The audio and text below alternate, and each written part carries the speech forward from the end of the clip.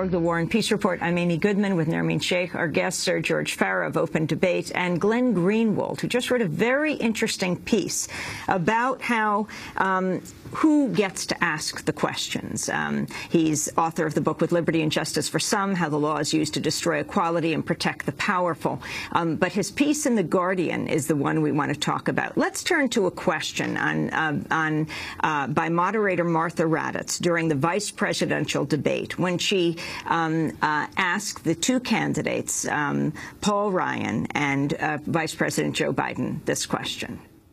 Let's talk about Medicare and entitlements. Both Medicare and Social Security are going broke and taking a larger share of the budget in the process.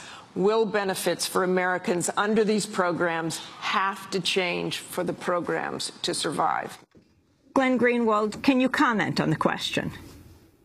Well, the question is grounded on an assumption that is not just dubious, but very vociferously debated among the nation's leading economists, which is the idea that Social Security and Medicare are going broke. In the case of Social Security, it's almost impossible to make the case that it actually is going broke. The Social Security actually makes money. To the extent that it is burdened with debt, it's because other government programs, whether it be military spending or all kinds of corporate cronyism, create all kinds of debt that Social Security essentially ends up funding. And with regard to Medicare, the same thing. Lots of economists have pointed out that Medicare, with a few minor alterations, will be economically sound for many decades. This notion that it's going broke is something that lots of right-wing billionaires have promulgated as a way of pressuring Americans into feeling like they have to give up their basic entitlements. And so to watch Martha Raddatz posing as an objective journalist, embracing what is an extremely controversial premise in her question, and then watching both candidates accept that assumption rather than challenge them, sort of is the microcosm of how these debates work, which is they pose as objective, neutral moderators designed to have this wide-ranging debate, when in reality it takes place within a very suffocating, small confine of ideas. And as George has been detailing, that's what it's designed to do. Well, I want to turn, Glenn, to another question that was raised during the debate, and this one on foreign policy. This is, again, moderator Martha Raddatz asking the candidates about Iran.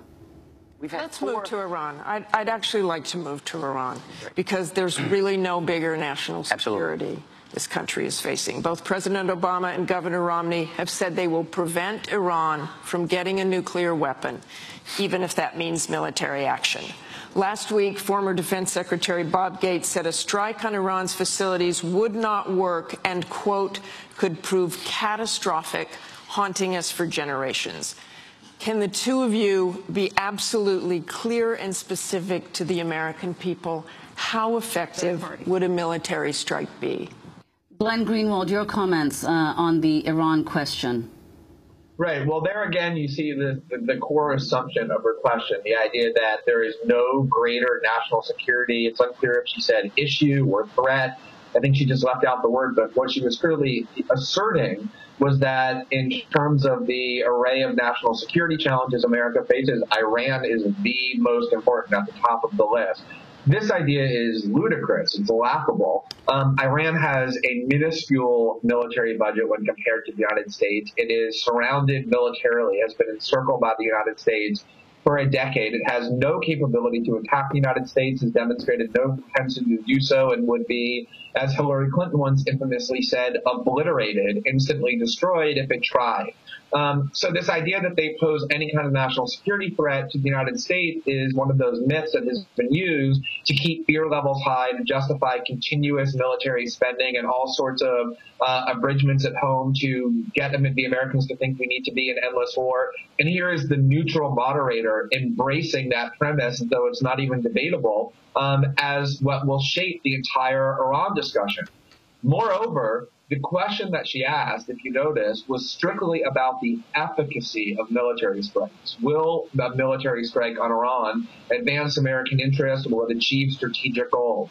Whether the United States has the legal and moral right to attack Iran, whether it will create all kinds of havoc in the world, whether this will cause millions and millions and millions of Muslims to hate the United States even more, is something that is just never considered, because the assumption that the United States has the legal and moral right to attack Iran is something that both the Republican and Democratic parties agree on and don't even debate by excluding third-party candidates to ensure that that's not even in question. The same is true for the sanctions regime. Both parties, both candidates competed to say who supported a stronger sanctions regime, which of course is causing extreme suffering for the Iranian people, the way the sanctions regime in Iraq for a decade not only caused suffering but killed hundreds of thousands.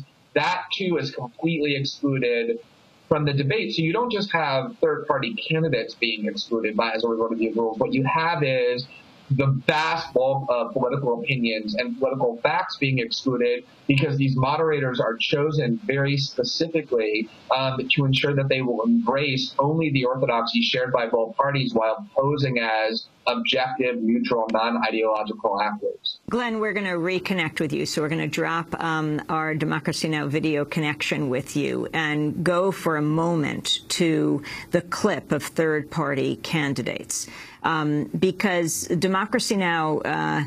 Broke the sound barrier with the first presidential debate when we expanded the debate live in real time to include responses from third-party presidential contenders who were shut out of the official event. You know, the first debate was at University of Denver. We were just down the road in Littleton at a Comcast studio with similar podiums with a blue backdrop, just like the presidential candidates had. And after Jim Lehrer asked the question to President Obama, gave him 2 minutes, then to Mitt Romney, gave him 2 minutes, we'd stop the tape and we'd say, Dr. Jill Stein, presidential candidate of the Green Party, you've got 2 minutes. And we put the same question to Rocky Anderson. I want to play an excerpt of Jill Stein's response to moderator Jim Lehrer's question about so-called entitlement programs and Social Security. It's very important to point out that while we hear a very different narrative from Barack Obama and the Democrats than we do from Mitt Romney, with Mitt Romney's narrative being usually harsh, scary, selfishness on steroids, and the Democratic narrative being warm and fuzzy and we're all in this together, let's just wait for things to get better. You know, it's really important to look beyond the talk, to look at the walk, to look at what's actually being proposed. And Jeffrey Sachs at the University of Columbia has pointed out in his analysis of the budget proposals of both Obama and of Romney-Ryan, points out that they're both aiming for essentially the same targets. They're both aiming for Social Security to be about 5% of GDP some years down the line, whether it's 4 or 8 years. And on Medicare, they're both aiming for Medicare to be reduced to about 3.2% of GDP. So the point is, while they have different scenarios, they both have the same targets. That was Green Party presidential candidate Jill Stein. This is Rocky Anderson of the Justice Party responding to a question about health care reform. About Obamacare and Romney care. I would call it insurance company care because they're the ones that wrote it. They joined up with a very conservative foundation years ago to develop this plan to make the American people buy this perverse product. Again, we're the only country in the world that depends upon for-profit insurance companies for the majority of our coverage for health care, for those who are lucky enough to have it. There are now over 50 million people without basic health care coverage in this country. The latest report indicates that there will be over 30 million people without essential health care coverage when Obamacare is fully implemented. That means misery, it means extended disease, it means extended illness and injuries, and it means the loss of lives.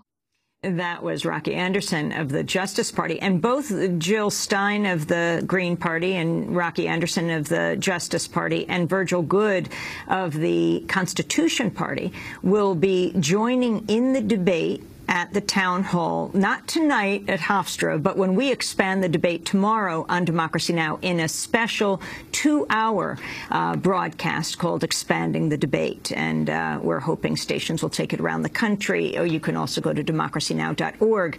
Glenn, let's just talk to you on the phone right now. Glenn Greenwald, when you listen to these candidates giving their responses, third-party candidates, your thoughts? Well, I think you see exactly why it is that those candidates have been excluded, and I think actually what you're doing in having these debates in a way that includes them is really quite innovative and important and really brilliant, because it illustrates two things. Number one is when you have these candidates on the stage who are credible, who as George said, represent parties who have ballot access and have been funded and recognized by lots of people, what it does is it illustrates just how mythological this idea is that the Democrats and Republicans are universes apart, that in reality they share all kinds of policy premises and most importantly serve exactly the same interests. Only by excluding those candidates and having the two parties focus on the tiny differences that they have and vociferously fight about them can this mythology be maintained that we have massive and real choice in this country. The other aspect of it is that if you have, for example, Gary Johnson, who is the Libertarian Party candidate, and even a couple of other candidates on the right, who oftentimes are far greater advocates of what progressives have long claimed to be their values: anti-war, pro-civil liberties, anti-harsh penal policies, anti-drug war. What then begins to happen as well is that the ideological and partisan spectrum begins to blur a great deal. Loyalties break down, cultural identities can be subverted, and that more than anything is what the two parties do not want. They want both of their followers to think that the only way that these views can be represented is by clinging to either one of the two political parties, and introducing these third parties into the debate shows that actually the ideological spectrum is far less rigid and linear than these two parties insist on perpetuating. And that's why they're joined together at the hip and have a common interest in keeping this process as it is, and why this collusion exists so smoothly, as George described, because they both want to keep these candidates out for the same reasons. George Farah, do you think that form determines content? In many ways, yes. The exclusion of these viable third-party candidates from these kinds of actual presidential debate processes have the consequence of a certain ideological containment that Glenn is describing. Third parties were responsible for the abolition of slavery, women's right to vote, child labor laws, unemployment compensation, Social Security, direct election of senators, public schools, public power.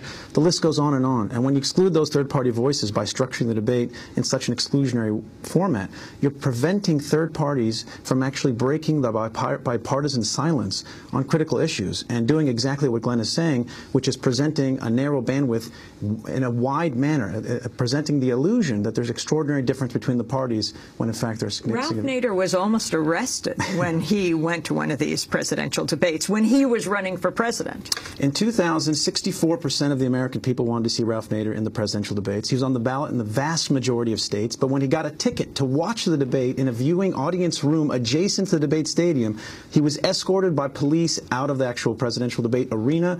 Ultimately, he filed a lawsuit, and the Commission on Presidential Debates had to issue a formal apology and make a $25,000 donation to a pro-democracy organization. Glenn Greenwald, you've also talked about the fact that the vast majority of the most consequential issues facing the United States today will not be addressed during this debate process. Can you talk about some of those issues that will be and have been excluded? Oh, yes. I mean, the list of consequential issues that will be completely ignored by these debates because the two parties agree on them is vastly longer than the list of issues that they disagree on and will be talked about. Obviously, if you look at foreign policy, you see President Obama engaging in endless war, attacking various countries with drones, killing innocent people, claiming the right to assassinate American citizens without a whiff of transparency or due process, waging an unprecedented war on whistleblowers in the United States here at home, prosecuting more than all previous presidents combined. The United States is this vast, massive penal state where we imprison more of our fellow citizens than any other country in the world. We have a policy of punishing people for drug usage that is racist in both its application and design, putting huge numbers of minorities into prison for no good reason. There's massive poverty in the United States, a huge and exploding income gap in between the rich and the poor, greatest in many decades. None of these issues issues will be remotely addressed because there's nothing for the two parties to say on them other than the fact that we agree. And it's by excluding those issues, some of the most consequential policy debates that the United States faces, including things like union rights and climate change, the list goes on. Only by ignoring them can this myth be maintained that the two parties have some vastly different philosophical approach, and it's the inclusion of third-party candidates who would insist on talking about those that would give the lie to this mythology. Glenn Greenwald, I want to turn to another issue, a foreign policy issue confronting the U.S., which is that the ACLU is at Guantanamo Bay this week to attend the pretrial hearings before a U.S. military commission in the case of Khalid Sheikh Mohammed and his 4 co-defendants. The 5 are charged with conspiring in the attacks of September 11th, 2001, and may face the death penalty if convicted. The ACLU hopes to block a so-called protective order that would prevent the revelation of classified details gathered during the defendant's CIA interrogations. ACLU attorney Hina Shamsi told the Associated Press, quote, "What we are challenging is the censorship of the defendant's testimony based on their personal knowledge of the government's torture and detention of them." Glenn Greenwald, can you talk about some of the concerns around this pretrial hearing?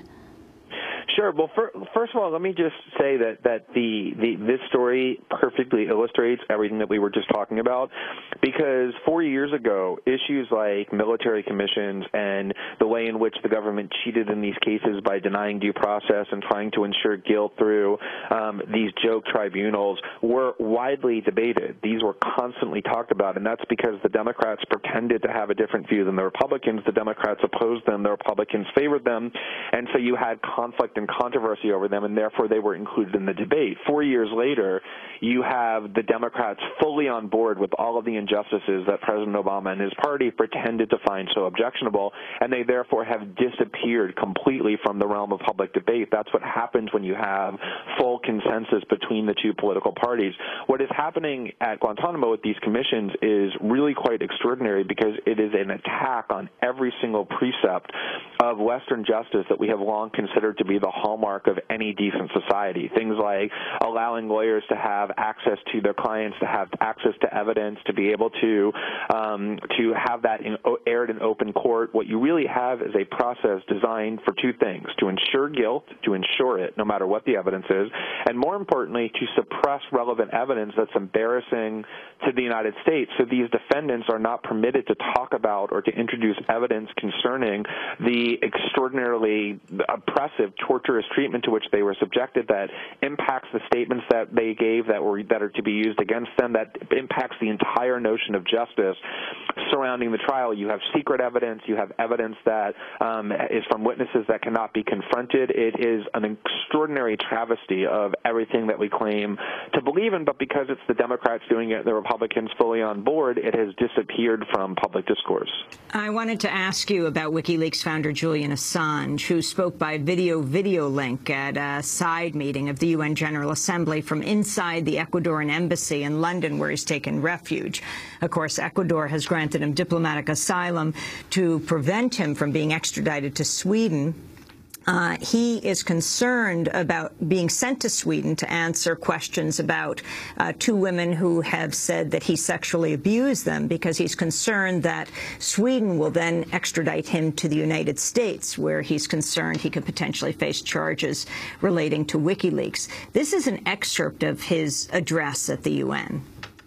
The U.S. administration is in trying to erect a national regime of secrecy, a national regime of obfuscation, a regime where any government employee revealing sensitive information to a media organization can be sentenced to death, life imprisonment, or espionage, and journalists from the media organization with them.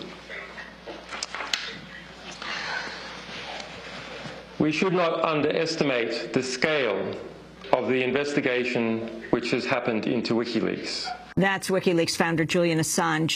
Glenn Greenwald, your final comment. Of course, these kinds of issues, from Guantanamo to Julian Assange, well, we don't know. In the town hall meeting, I suppose they could be asked, but what do you think?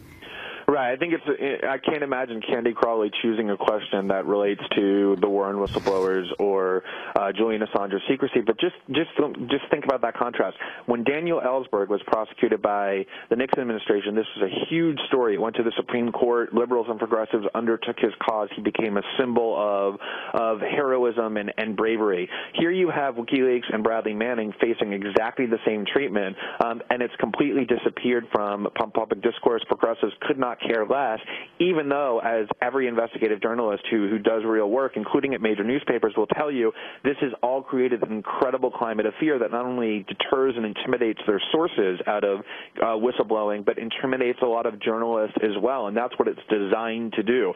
So you have this massive attack on transparency, this bolstering of secrecy, this undermining of investigative journalism, all concentrated within the WikiLeaks case, specifically the broader war on whistleblowers, and this too will be ignored because both parties could not be more fully on board with it than if they tried. We want to thank you, Glenn Greenwald, for being with us, columnist and blogger for The Guardian newspaper, author of With Liberty and Justice for Some, How the Law is Used to Destroy Equality and Protect the Powerful. We will link to your latest piece at The Guardian. And George Farah, thanks so much for joining us. Final question. The organizations that are trying to open these debates and wrest control away from this private corporation, which is the Commission on Presidential Debates. We are making some actual ground. For the first time, we've convinced 3 of the 10 corporate sponsors that are financing the Commission on Presidential Debates to peel off. We have YWCA pulled out. YWCA, Philips Electronics, and BBH Advertising all pulled their support from the Commission on Presidential Debates. This is totally unprecedented. We're resulting in the consistent process of actually making these secret contracts public. The media is beginning to really understand that this is a bipartisan corporation that doesn't serve the interest of an electorate in which 40% of the voting population is independent. So I think it's just a matter of time, maybe, before we actually break the monopoly of the Commission on Presidential Debates. We're going to leave it there. I want to thank you for being with us, George Farah, founder and executive director of Open Debates, author of No Debate, How the Republican and Democratic Parties Secretly Control the Presidential Debates. Again, Democracy Now! Will be broadcasting live from Hofstra with our own community forum, as well as broadcasting the town hall debate. You can start tuning in at 8 p.m. at democracynow.org. That's 8 p.m. Eastern Standard Time, or tune into your radio or television station that is broadcasting us. And tomorrow morning, a special 2-hour broadcast of Democracy Now!, where we'll be joined by 3 third-party candidates. They will answer the same questions put to the major party presidential candidates at Hofstra. So you'll hear all. This is Democracy Now!, democracynow.org, the War and Peace Report. Back in a minute.